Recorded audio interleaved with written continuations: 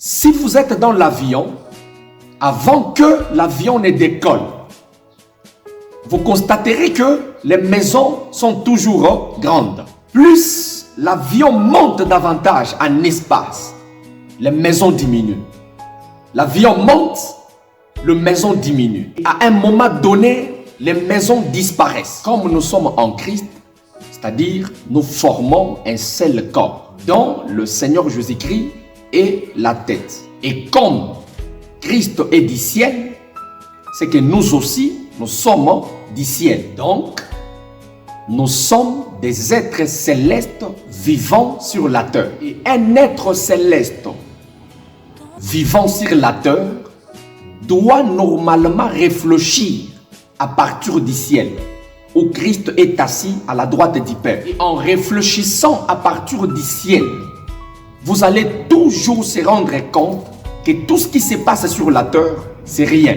Même si tu traverses le moment le plus compliqué, réfléchis à partir du ciel et tu comprendras que tout ce qui se passe sur la terre, c'est rien. Tu pleures parce que tu fixes tes regards sur les hommes. Or, aucun homme ne sera jamais erré en fixant le regard sur les hommes. Si tu veux être erré, regarde Jésus.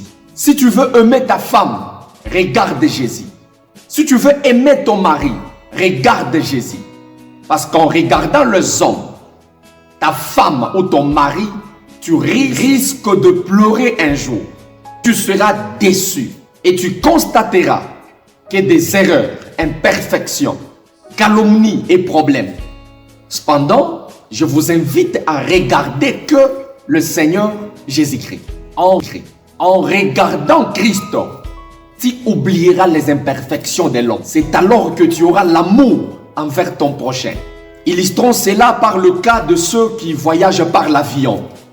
Si vous êtes dans l'avion, avant que l'avion ne décolle, vous constaterez que les maisons sont toujours grandes. Plus l'avion monte davantage en espace, les maisons diminuent. L'avion monte, les maisons diminuent. L'avion monte, les maisons diminuent. Et à un moment donné, les maisons disparaissent. Les grandes maisons que tu continues à constater, c'est parce que l'avion n'a pas encore décollé.